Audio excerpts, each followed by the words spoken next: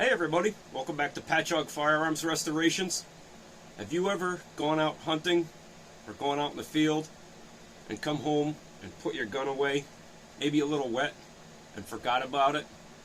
And then later on, when you go to clean your gun, your heart sinks because you found rust in the barrel. Well, today I'm going to show you how to fix that.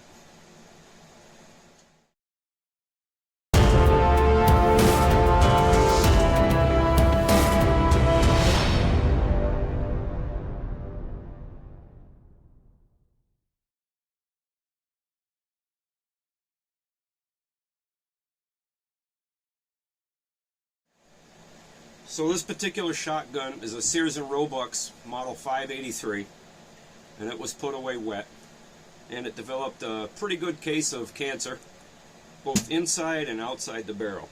And I've taken care of the rust on the outside of the barrel, and it looks really good, but on the inside, the way the rifle, the shotgun sat, you can still see a whole line of rust and minor pitting. And regular cleaning techniques with a bore brush or with patches and Hops 9, all the cleaning fluids hasn't gotten rid of the problem. So what we're going to do today is we're going to use a flex hone 20 gauge 800 grit with some honing oil, and we're going to get inside this thing with a couple passes and see if we can't get that cancer back out of this gun and make the bore look nice and shiny again. So first thing I want to do is give you a before shot. We're going to look at the inside of this bore together and see where the line of rust is, and then we'll come back and we'll go through the steps needed to hone this barrel out. So right there on the right hand side, you can kind of see a line of rust that runs at about 4 o'clock, pretty much the whole length of the barrel. I think the gun was laying in that orientation, and that's where all the water settled, causing the rust. Alright, so let's hone this out and see what it looks like afterwards. Okay, so now that we know what we're up against, gonna need a few things laid out on the table. We're gonna need some tape. We're gonna, of course, need the honing tool. These come from Brush Research with the Flex Hone name. These are 34 inches long, but we won't be putting the entire thing through the barrel. We only want to go up to where the forcing cone is. We don't want to go any further. We don't want to go into the chamber or the forcing cone. The manufacturer also recommends to only take a couple of passes at a time. You don't want to go and work on this thing for a half an hour because you're going to end up actually increasing the bore diameter. So we just need a couple passes at a time, stop, clean, inspect, see where we sit, and then from there go.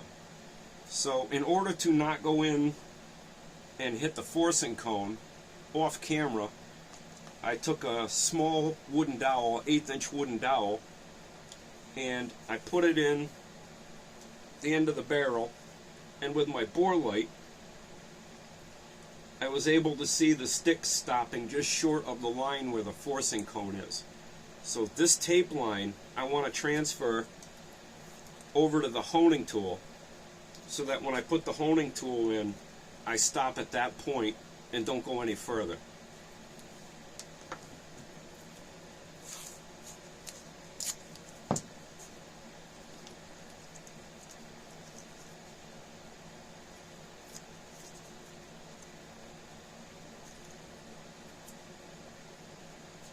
So just like that, that's going to be our mark where we stop.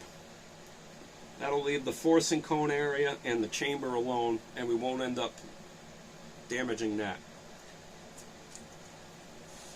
Next thing you'll need is a drill. So they recommend between 800 and 1,000 RPMs when this job is being accomplished. I have no idea how fast this particular drill runs. I've got it set at the higher speed, and when I run it through, I'm just going to pull the trigger and I'm going to leave it at a consistent full pull, and I'm going to make just to start off with, 2 full passes in and out of this barrel, and then we'll stop, clean, inspect, and see what's going on. So they also recommend you start the tool before it goes into the barrel. You don't want to grind it in straight because that'll leave scrape marks in the barrel. So you need to have the tool going, the honing end going, before it enters the barrel. And so right now I'm going to saturate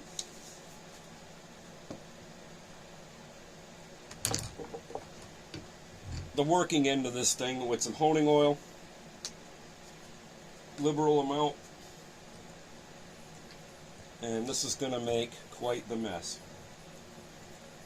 Make sure you get all the balls and stones thoroughly coated with honing oil, and I'm even going to start a little bit in the barrel.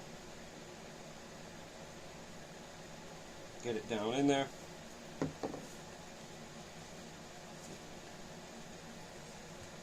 And here we go. We're just going to make 2 full passes, clean, inspect, and we're going to see what we look like.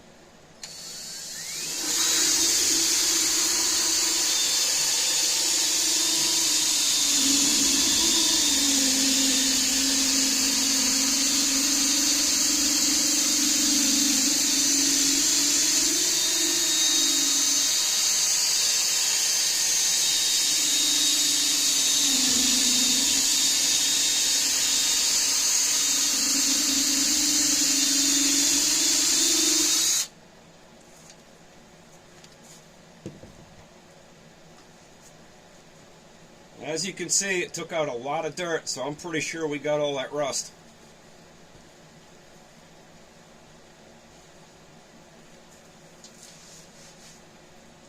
This is a very messy job. I'm just going to leave that rag on there so this doesn't drip all over the shop floor.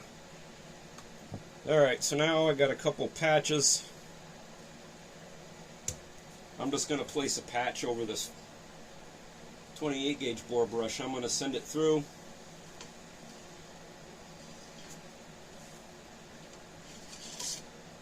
I'm going to pull that patch out the other end. I'm going to do this several times.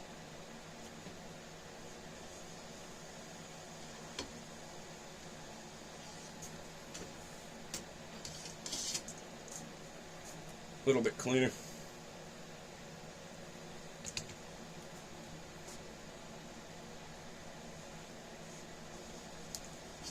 I'm just going to work this one back and forth and make sure I get everything out.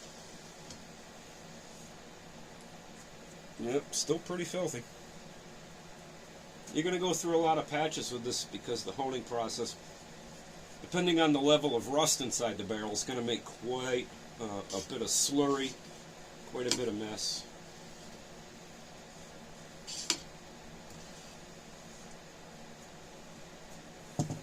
Alright. That looks pretty good. Let's take a peek and see what we got in here.